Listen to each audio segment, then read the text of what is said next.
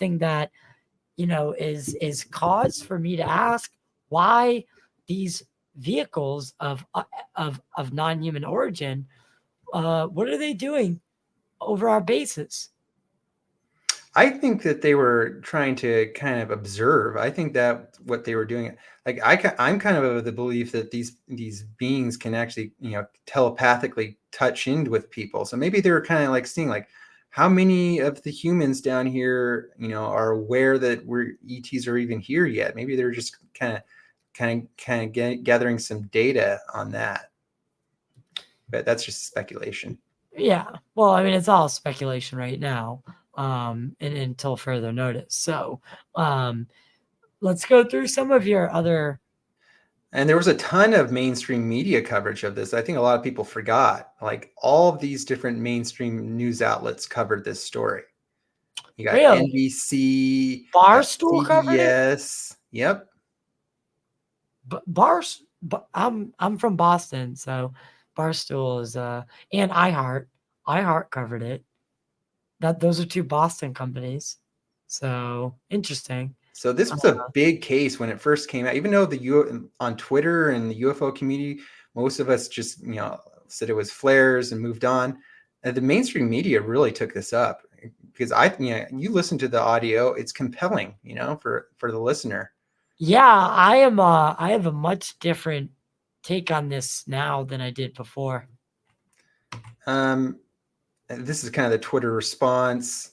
Mick West comes out, puts out he finds these videos of flares that look very similar and like well, let's I've had Mick West. I've had Mick on the show. I've had John Greenwald. The only person I'll never have on the show is Stephen Greenstreet. I think he's trash. No, I'm not exactly specifically criticizing these two because I think that these two guys kind of got caught up in a bigger cover up that they're not even aware of. And maybe because I've got a lot of for the part 2 is all about my analysis and research why I think it was some sort of cover up or pre-bunking operation. And that's going to take me a while to get through. So maybe do you want to just wrap this part and just call it part 1, and then maybe have me back and talk about the analysis, or do you want to keep going? That's fine. That's fine. So I would like to do a whole show about the part 2 then. Yeah, we can do that. I think that's a good idea because we are already at almost 2 hours. So, Okay. you've opened my eyes to this case. I really did pass it over, and I feel like an idiot. But like you said, this case, I don't think they timed it well. If they released this today or like a week ago, I think this would have hit much different. I think so too. Much different. Because right now the community is starving for something like this. And a good case to dig into. So I think the timing that they dropped it on, I know they had weaponized and they wanted to use that platform to do all that stuff and give it a test run to see if it was a profitable podcast, which I think they deemed it was, because it obviously was. But this case, there's so much more to it than I thought, and the witness testimony, I think goes even further than just the light, the pictures and videos themselves. Yeah, I mean, you can just hear it in their voices that they're sincere. They're not making. I can just like they're not joking around. You can hear it by the tone and everything. I hope we can work together and try to get some of these witnesses on. I'd love to hear from them and maybe get some more witnesses. Yeah, that's my new goal, is to try to. I am very intrigued, and I want to know. I want more videos. I want more evidence. So if by chance you are a witness or witnessed this event in 29 Palms on what day was it again? April 20th, 420. Oh my God. That's why another thing, I think it was ET. I think they have a sense of humor too. Was it 420 or 421? 420. Okay. So 420, 2021. Yes. If you were a part of that and you saw that craft, you have any footage, or if you have any evidence or testimony that you'd like to give, definitely reach out. My email is always in the description of the video.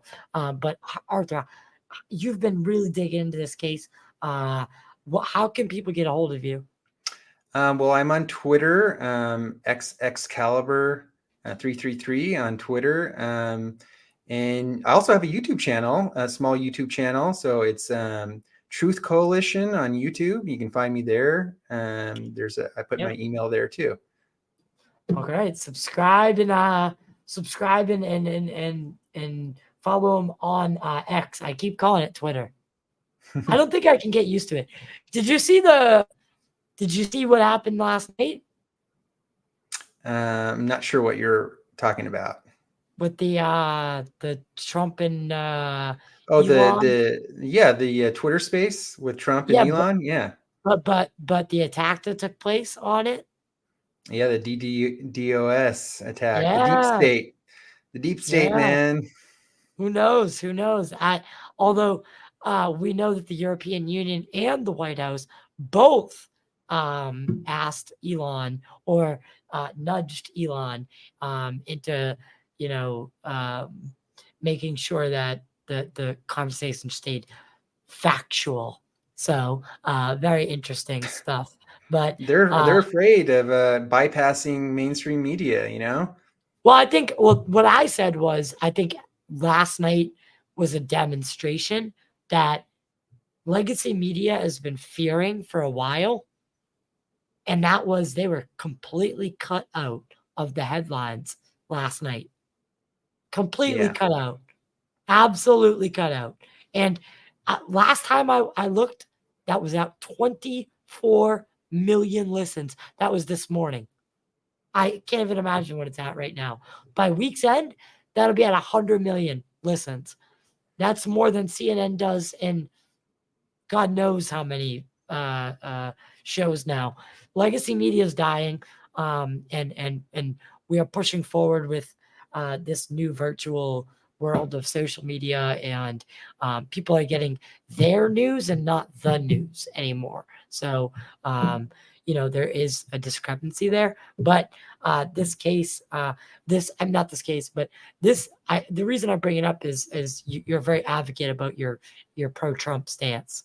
Yeah, I think it's important that we try to mobilize a political movement behind UAP disclosure. I mean, I'm on the right with MAGA and Trump, but I'd also like to see people on the left do the same thing. Because really, if you look in history, all the major activism movements, whether it's civil rights, whether it's women's suffrage, they all organized and they all did it politically through a political party. So we need to get our political parties, and we need to ask these, force them to do what we want, because I think Congress is where this is going to start. We need more hearings. That's, I think, the most important thing, is we get more hearings, more than the legislation, more than anything else. I think we need more hearings, and then eventually the president needs to come out and say something. Yeah, and I think more hearings. I've had Tim Burchett on the show. I think more imminent. I think they're imminent. And it's just, right now is the political landscape. It's just not something that's going to happen right now. But I think they're eyeing October, if that's last I heard. So with that being said, thank you so much, Arthur, for joining the show tonight. This is really fun. I had a lot of fun. You got me really interested in this case, and I want to thank everyone out there. We're at almost 300 live viewers, least of which on YouTube, which pisses me off, but that's just because YouTube sucks. I want to come back and give you all my research on the cover-up aspect of it. Yeah, so that's what I was saying. We'll bring you back for part 2. I think people want to hear more about this, and then we'll start seeking actual witnesses to this case. I'm going to start doing that immediately, but I would like to hear from some people who actually saw this, and when we'll start talking about your part 2. So thank you for joining. For everyone out there, make sure to like, share, subscribe, and ring that bell for notifications when we go live. We're doing it once a week now, and then the podcast will drop on the weekend, either Saturday or Sunday. It just depends whether, what day I record it. So with that being said, everyone, we'll see you on the other side.